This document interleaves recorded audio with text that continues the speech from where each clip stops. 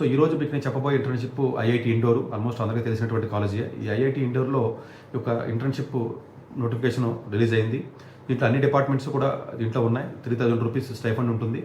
So ఈ యొక్క internship probably మే 2nd week నుంచి జూలై 19th వరకు ఆ డ్యూరేషన్లోనే మీరు పికప్ చేసుకోవాలి. Minimum 1 month, maximum 2 months. So probably మీకు 1 month అవకాశం 1 month చేయొచ్చు, 2 months అవకాశం ఉన్నా కూడా చేయొచ్చు. ఆ మొత్తం డ్యూరేషన్ ఏదైతే డేట్స్ మెన్షన్ చేశారో ఆ డేట్స్ వరకు కూడా రాయొచ్చు. మార్చి 16th నుంచి జూలై 19th అప్రాక్సిమేట్గా ఒక 9 weeks వరకు డ్యూరేషన్ వాళ్ళు ఇవ్వడం జరిగింది. మినిమం 4 weeks చేసినట్లయితే సరిపోతుంది.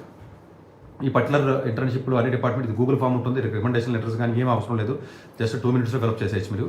సో దీనికి పెద్దగా అంటే మేబీ వీడియో లాస్ట్ మినిట్లో చేస్తాను కాబట్టి ఇమీడియట్గా ఇది తెలియకపోతే ఎవరికైనా మిగతా స్టూడెంట్స్కి మెసేజ్ పాస్ ఆన్ చేయండి.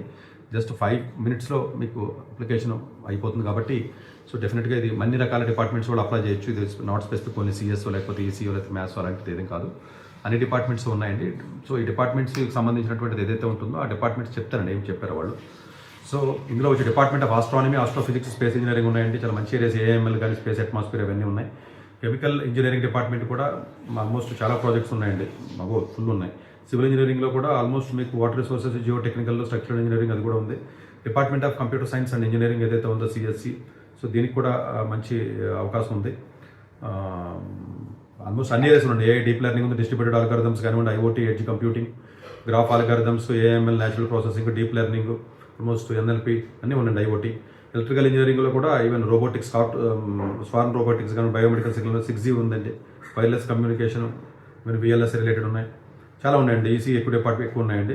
హ్యుమానిటీస్కి సంబంధించి కూడా మంచి డిపార్ట్మెంట్స్ ఉన్నాయి. అలాగే మ్యాథమెటిక్స్కి సంబంధించి స్టాటిస్టిక్స్ ఇవన్నీ కూడా ఉన్నాయి. మ్యాథ్స్ డిపార్ట్మెంట్ కూడా బాగా కవర్ అయింది.